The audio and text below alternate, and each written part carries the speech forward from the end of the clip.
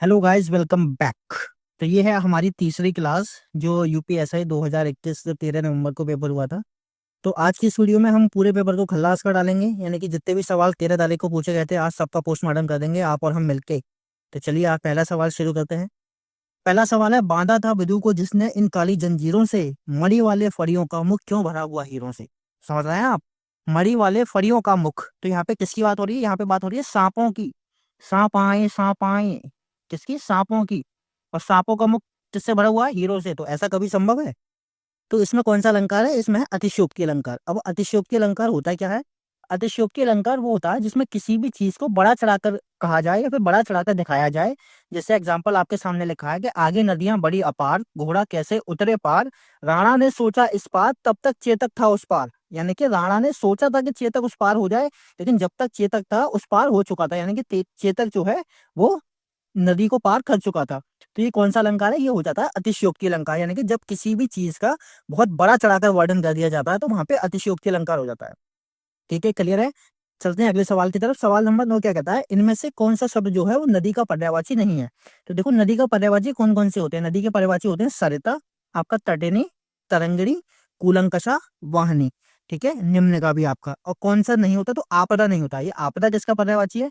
तो आपदा पर्यायवाची है किसका? विपत्ति का। यानी विपत्ति, संकट, विपदा, आफत, हादसा और मुसीबत, ये सब किसके पर्यायवाची है? आपदा के पर्यायवाची। ठीक है, क्लियर है यहाँ तक? चलते हैं अगले सवाल की तरफ। सवाल नंबर 10 से कहता है, इनमें से समष्टि का विलोम शब्द क्या है? देखो, समष्टि का विलोम हो गया व्यष्टि। क्या? व्यष्टि। अब विशिष्ट का विलोम क्या होता है? विशिष्ट का विलोम होता है सामान्य। अशिष्ट का सब विलोम होता है शिष्ट, और अस्थि का होता है नास्ति। ठीक है, तो देखो यहाँ पे आप देख पा रहे हैं कि हम हर ऑप्शन को डिस्कस कर रहे हैं, यानी कि एक सवाल के साथ साथ हम 3 से 4 सवाल सॉल्व कर ले रहे हैं। और अगर आप ये विश्वास नहीं कर पा रहे हैं कि भाई मैं हिंदी में स्कोर कैसे कर पाऊंगा, तो आप ये बताइए सवाल बनेगा कहाँ से? आप और मैं इतने सारे सवाल यहाँ डिस्कस कर लेंगे। हम प्रहार सीरीज में आपको इतने सारे सवाल करा देंगे, इतने सारे टॉपिक आपको याद करा देंगे, तो सवाल बनेगा कहाँ से? एग्जामिनर कोई हिंदी अलग से थोड़ी बना देगा। सवाल घूम फिर के यहीं से रिपीट होंगे। ठीक है, तो आप प्रहार सीरीज कर ले जाइए। आप यूपीएसआई में अच्छा स्कोर करके आएंगे, ये हम विश्वास दिलाते हैं। अब यह इनमें से हिंदी के प्रथम सूफी कवि कौन है? तो हिंदी के प्रथम सूफी कवि कौन है? मुल्ला दाऊद। कौन है? मुल्ला दाऊद। ठीक है, इनकी कौन सी रचना है? इनकी रचना है चंदायन। कौन सी? चंदायन। ये कब रची गई? ये गई 1379 में। कब? 1379 में। चलते हैं अगले सवाल की तरफ। सवाल नंबर 12 कहता है, अनुनासिक स्वरों का उच्चारण स्थल कौन सा है? तो देखो, जो अनुनासिक होते हैं वो नाक और मुंह से उच्चारित होते हैं। कहाँ से? नाक और मुंह से। अब अनुनासिक होते कौन से हैं? जिनके ऊपर चंद्रबिंदु लगा होता है। ठीक है, ये जैसे हम कहते हैं चांद। ठीक है, आंख।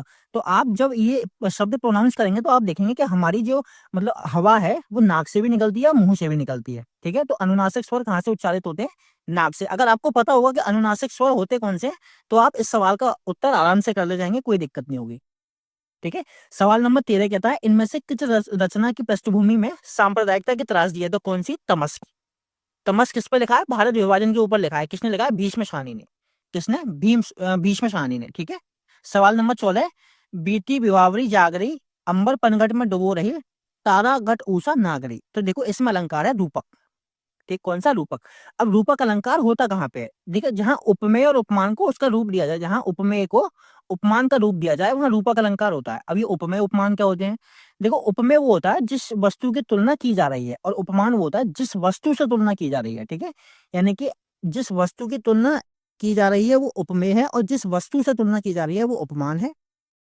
तो यहाँ पे कौन सा अलंकार हो गया? यहाँ पे अलंकार हो गया रूपक। देखो, उपमा अलंकार कौन होता है? उपमा होता है एक वस्तु की तुलना दूसरी वस्तु से करते हैं। ठीक है, और उत्प्रेक्षा अलंकार कौन सा होता है? जहाँ उपमेय में उपमान की संभावना हो वहां पे उत्प्रेक्षा अलंकार होता है। और यमक होता है जहाँ पे शब्दों की क्या हो? आवृत्ति हो।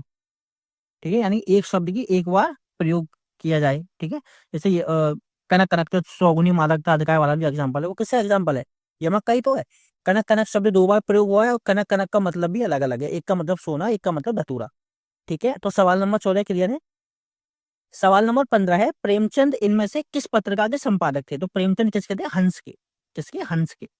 अब देखो, ये ज्ञानोदय पत्रिका जो है ये भारतीय ज्ञानपीठ इसको जारी करती है। ठीक है, हर महीने। आजकल जो है इसको भारत सरकार जारी करती है। ये हिंदी और उर्दू आपको दोनों में देखने को मिल जाएगी। और प्रेमचंद ने एक पत्र क्या कहते हैं उसका संपादक थे, एक पत्र के जिसका नाम था जागरण। ठीक है, क्या नाम था? जागरण। सवाल नंबर 16, रामकृष्ण मिशन द्वारा संचालित किस पत्रिका का संपादन सूर्यकांत त्रिपाठी निराला जी ने किया था? तो कौन सी पत्रिका थी? उसका नाम था समन्वय। कौन सी? समन्वय। अब देखो ये मतवाला पत्रिका है, इसका भी जो क्या कहते हैं संपादन है वो निराला जी ने किया है, लेकिन ये साप्ताहिक पत्रिका थी। और रामकृष्ण मिशन की हम बात करें तो ये कब शुरू हुआ था? 1897 में। किसने शुरू किया था? स्वामी विवेकानंद ने। किसने? स्वामी विवेकानंद जी ने। ठीक है, यहाँ तक क्लियर। सवाल नंबर 17 है। सवाल नंबर 17 कहता है कि खेत रहना मुहावरे का क्या अर्थ है? तो खेत रहना मुहावरे का अर्थ है वीरगति पाना। क्या? वीरगति पाना। भारत में भाषा के आधार पर सर्वप्रथम किस राज्य का गठन हुआ था? तो जैसे आप हम सभी जानते हैं कि 1 अक्टूबर 1953 को भाषा के आधार पर जो गठित होने वाला पहला राज्य था वो कौन सा था? वो था हमारा आंध्र प्रदेश। कौन था? आंध्र प्रदेश। ठीक है, पोट्टी रामल्लू जो जिन्होंने क्या कहते हैं विरोध प्रदर्शन किया था और जिनकी मौत हो गई थी, तो उसके बाद इसका गठन किया गया है। किसका? आंध्र प्रदेश का। ठीक है। सवाल नंबर 19, चंदायन इनमें से किस लोक कथा पर आधारित है? तो चंदायन किस पर आधारित है? चनैनी पर। ठीक है। अब जैसे मैंने आपको बताया चंदायन किसकी रचना है? ये मुल्ला दाऊद की रचना है। ठीक है। और कब? 1379 में इसकी रचना हुई। प्रथम सूफी प्रेम काव्य है ये। कौन सा है? प्रथम सूफी प्रेम काव्य। कौन सा? चंदायन। सवाल नंबर 20 है, इनमें से कौन सा शब्द शत्रु का पर्यायवाची नहीं है? तो देखो शत्रु का पर्यायवाची कौन सा नहीं है? वो माफ कीजिएगा, इनमें से कौन सा शब्द जो है शत्रु का पर्यायवाची है? तो शत्रु का पर्यायवाची है अरि। ठीक है। अब शत्रु के और क्या क्या होते हैं? आपका दुश्मन, शत्रु, रिपु और बैरी, ये शत्रु के पर्यायवाची हैं। कुमार्गी के मतलब होता है जो बुरे मतलब मार्ग पर चलता है। ठीक है। तो उसको कुढ़ंगी कहते हैं, कुचाली कहते हैं, पथभ्रष्ट होते हैं। ठीक है। कुपात्र का मतलब अयोग्य होता है, असमर्थ और अलायक, यानी कि कोई भी व्यक्ति जिस चीज के लायक ना हो। ठीक है। और सारंग का मतलब सिंह, वनराज और शार्दुल, किसके है? शेर के पर्यायवाची। तो इसके शेर के पर्यायवाची। तो आप देख पा रहे हैं कि पर्यायवाची से 1, 2 या 3 सवाल आराम से आपको देखने को मिल जाएंगे। देखो आपको करना क्या है? देखो एक तो आप पर्यायवाची ढंग से कर लीजिए। ठीक है, पर्यायवाची। एक आप वर्तनी शुद्धि कर लीजिए। ठीक है, वर्तनी शुद्धि। ठीक है। यहाँ से आपके 2 से 3 सवाल हर चैप्टर से देखने को मिल रहे हैं। तो अगर आप ये कर लेंगे तो आपके 5 से 6 सवाल आराम से सही हो सकते हैं। ठीक है। बाकी मैं तो यहाँ करा रहा हूँ प्रहार सीरीज में। सवाल नंबर 21 है, नाक का बाल होना इसका मतलब है अधिक प्यारा होना। ये सवाल पीछे भी रिपीट किया गया है। बदनाम करने का मुहावरे का होता है कीचड़ उछालना, और परेशान करने का होता है नाक में दम करना। ठीक है, परेशान करने का नाक में दम करना। सवाल नंबर 22 कहता है, इनमें से बादल का पर्यायवाची शब्द क्या है? तो देखो बादल का होता है नीरद। अगर आपको याद ना रहे तो देखो बादल में भी दा आता है और नीरद में भी दा आता है, तो ऐसे याद रख लेना। ठीक है।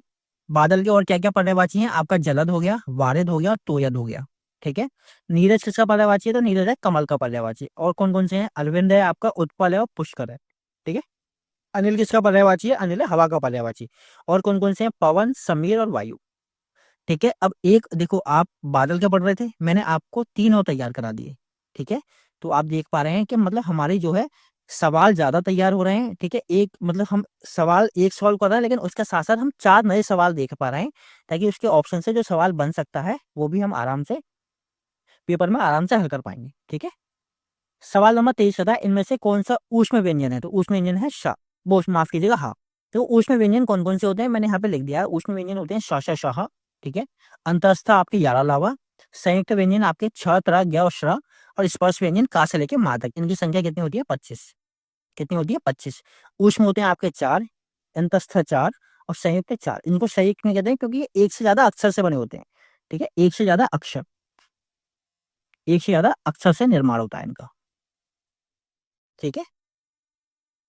अब चलते हैं अगले सवाल की तरफ। इनमें से कौन सा शब्द जो है बहुवचन है? तो देखो प्राण है जो बहुवचन में इस्तेमाल होता है, बाकी सारे क्या है? एक वचन है। ठीक है। निम्न में से कौन सा शब्द जो है सही है? तो देखो ये कौन सा है? कृतज्ञ हमेशा सही। मैंने आपको बताया ना कि आपको वर्तनी शुद्धि के 2 से 3 सवाल आपको देखने को मिल जाएंगे। तो देखो कृतज्ञ हमेशा ऐसे लिखा जाता है। ठीक है। ये कृतघ्न ये गलत है, ये भी गलत है और ये तो है ही नहीं। सवाल नंबर 26 है, इनमें से किस व्यंजन का उच्चारण तालु से होता है? तो देखो मैंने आपको बताया था कचट तप। ठीक है। ये है इनका, देखो का वर्ग। देखो मैं बताऊँ एक चीज, अगर मैं जैसे का वर्ग की बात करता हूँ तो आपको ये ध्यान रखना पड़ेगा कि का वर्ग में आते हैं 5 अक्षर। ठीक है। कौन कौन से हैं? वो है का, वो है ख, वो है गा, वो है घा और 5वां अड़ा। अगर मैं का वर्ग की बात करूंगा तो ये आप ये इन 5 अक्षर को आपको याद रखना पड़ेगा, का से लेके अड़ा तक। ठीक है। तो देखो जो का वर्ग है वो बोला जाता है कंठ से, जो चा वर्ग है वो बोला जाता है तालु से, तो टा वर्ग है ये बोला जाता है मूर्धा से, और ता वर्ग है ये दंत से, और पा वर्ग है ओष्ठ से। तो पूछा क्या है?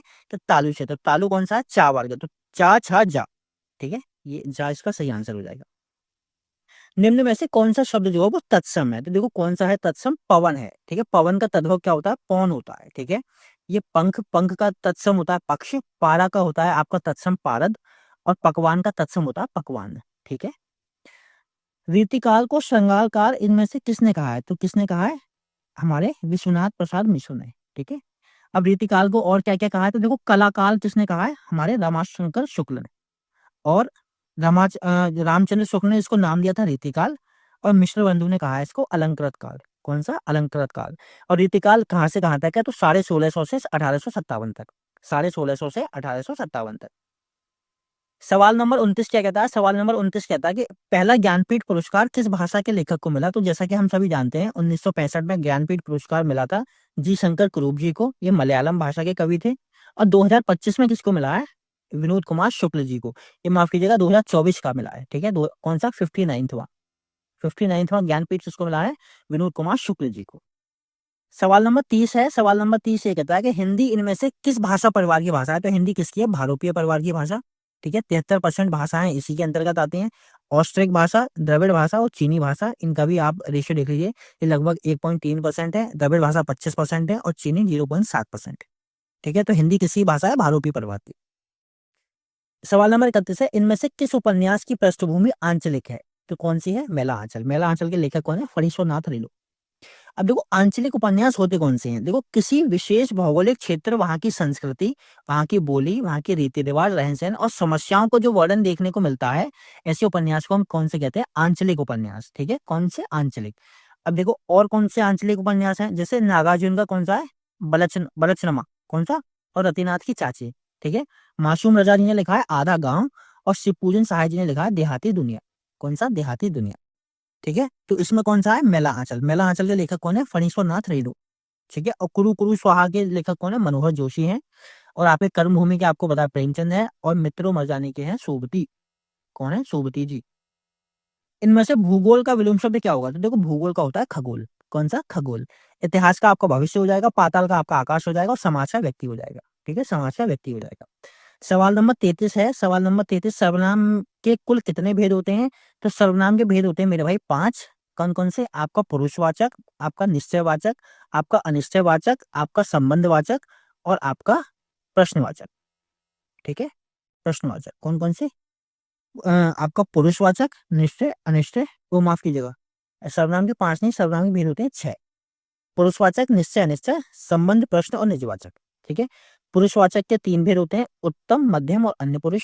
ठीक है, ये हम आगे डिस्कस कर लेंगे, वरना वीडियो बहुत लंबी हो जाएगी। इनमें से संचारी भावों की संख्या कितनी है? तो संचारी भाव कितने होते हैं? 33। कितने? 33। कौन कौन से होते हैं? आपको याद रखने की जरूरत नहीं है, बस इतना याद रखिए 33 होते हैं। सवाल नंबर 35 है, जिसका जन्म पहले हुआ हो उसको क्या कहते हैं? तो उसको कहते हैं अग्र। अग्र जा, यानी अग्र का मतलब पहले, और जा का मतलब जन्म लेने वाला, यानी कि पहले जन्म लेने वाले को क्या कहते हैं? अग्रज। और जो जन्म बाद में ले उसको कहते हैं अनुजा। अनु का मतलब पीछे, और जा मतलब जन्म लेने वाला, यानी कि पीछे जन्म लेने वाला, वो कौन सा होता है? अनुज। अग्रणी होता है जो सबसे आगे रहता है वो, और अग्र होता है आगे का भाग। ठीक है, आप जब स्वर पढ़ते हैं तो आप पढ़ते हैं अग्र स्वर, मध्य स्वर और पश्च स्वर। ठीक है, तो अग्र स्वर कौन से होते हैं? जो अगले भाग से बोले जाते हैं। अब सवाल नंबर 36 है, इनमें से जो वीर रस के गुण की कौन प्रधानता है? तो किसकी प्रधानता? ओज की प्रधानता। देखो, ओज क्या होता है? ओज होता है शारीरिक तथा मानसिक शक्ति का सक्रिय होना। यानी कि अगर आप किसी युद्ध में जा रहे हैं, और अगर आपका शारीरिक और मानसिक जो क्या कहते हैं शक्ति है वो सक्रिय नहीं है, तो आप युद्ध में एक्टिव नहीं हो पाएंगे। ठीक है, तो किसी भी चीज को मतलब अपने बॉडी को एक्टिव करने के लिए हमें किसकी रिक्वायरमेंट होती है? ओज की रिक्वायरमेंट होती है। ठीक है, ओज। ओज उसको कहते हैं कि जो हमारा शरीर जो है मानसिक और शारीरिक रूप से सक्रिय हो जाता है, यानी एक्टिव हो जाता है। ठीक है, तो वो गुण कौन सा होता है? वो होता है ओज। सवाल नंबर 37 है, आदरक का तत्व क्या होगा? तो जो आदरक का मतलब होता है अदरक। क्या होता है? अदरक। कौन सा वर्ड जो है पंचमाक्षर है? तो पंचमाक्षर वो होता है जो हर वर्ग का जो लास्ट अक्षर होता है वो पंचमाक्षर होता है। ठीक है, तो कौन सा? डा, अणा, वो अणा, या, अणा, मा और ना और मा। ठीक है, तो कौन सा है आपका? मा। कौन सा? मा। हिंदी में मूलतः वर्णों की संख्या कितनी है? तो देखो, पहले थी 52, अब हो गई है 53। एक विशिष्ट व्यंजन जुड़ गया है, कौन सा? ये। ठीक है, कौन सा? ये। सवाल नंबर 40 है, इनमें से आसमान का पर्यायवाची कौन सा है? तो देखो, आसमान का पर्यायवाची आपका व्योम। ठीक है, आसमान के और कौन कौन से पर्यायवाची हैं? इसको आकाश भी कहते हैं, नभ और तारापथ। रसाल हम कहते हैं आम को, तो आम के रसाल हो गया, आम्र हो गया, अतिसौरभ हो गया, और मादक। वासर का मतलब होता है भावना। ठीक है, तो भावना, इच्छा, कामना इसकी हो गई। और केतन का मतलब होता है झंडा, तो ध्वज, झंडा, पताका और परचम। ठीक है, ये हो गई। तो आज की क्लास हम यहीं तक रखेंगे, या फिर इसके बाद एक क्लास और आएगी, माफ कीजिएगा। ठीक है, क्योंकि वीडियो बहुत लंबी हो जाएगी वरना, तो एक क्लास और आएगी जिसमें हम ये सारे सवाल जो है 13 तारीख की शिफ्ट खत्म कर लेंगे। मुश्किल से 20 सवाल होंगे। बाकी ये हमारी सीरीज चल रही है प्रहार सीरीज, ठीक है, जिसमें मैं और मेरी टीम, जैसे ये अक्षय यादव सर हैं, ये यूपी जीके कवर करा रहे हैं। मोहक सर जो है ज्योग्राफी, एनवायरनमेंट और इकोनॉमिक्स, ये मोहित सर हैं, ये आपको पॉलिटी करा रहे हैं। प्राची मैम आपको साइंस करा रही हैं। मैं एडवोकेट मोहित यादव आपको मूलविधि और हिंदी करा रहा हूँ, और ये हमारे संसार गौतम सर ये करा रहे हैं हिस्ट्री, ठीक है। मतलब सारे टीचर्स मतलब काबिले तारीफ हैं, ठीक है, सब अपनी फील्ड के एक्सपर्ट हैं। संसार सर यूजीसी नेट है, मैं एज ए एडवोकेट हूँ। प्राची मैम जो है वो एमबीबीएस हैं। स्पर्श भारती सर सीपीओ क्वालिफाइड हैं। मोहक सर पीसीएस प्रीलिम्स और यूजीसी नेट क्वालिफाइड हैं। अक्षय यादव सर की मतलब एक अपने सब्जेक्ट पे पकड़ है, होता है ना, जो अपने सब्जेक्ट का पापा होता है, तो Akshay Yadav sir UP GK का पापा है, ठीक है। बाकी ये हमारा टेलीग्राम है, इसकी पीडीएफ आपको यहाँ मिल जाएगी। ये हमारा इंस्टा हैंडल है, आप इसको फॉलो कर लीजिए। हम मतलब वीडियो के माध्यम से, फनी वीडियो के माध्यम से आपको बहुत सारी चीज़ें सिखाने की कोशिश करते हैं। और ये हमारा व्हाट्सएप चैनल है, इसको भी आप फॉलो कर लीजिए, ताकि हम चीज़ों को आपको अपडेट कर पाएँ। तब तक के लिए अपना ख्याल रखिए, खूब खुश रहिए, मस्त रहिए और बिंदास पढ़ते रहिए, और प्रहार सीरीज़ को फॉलो करते रहिए।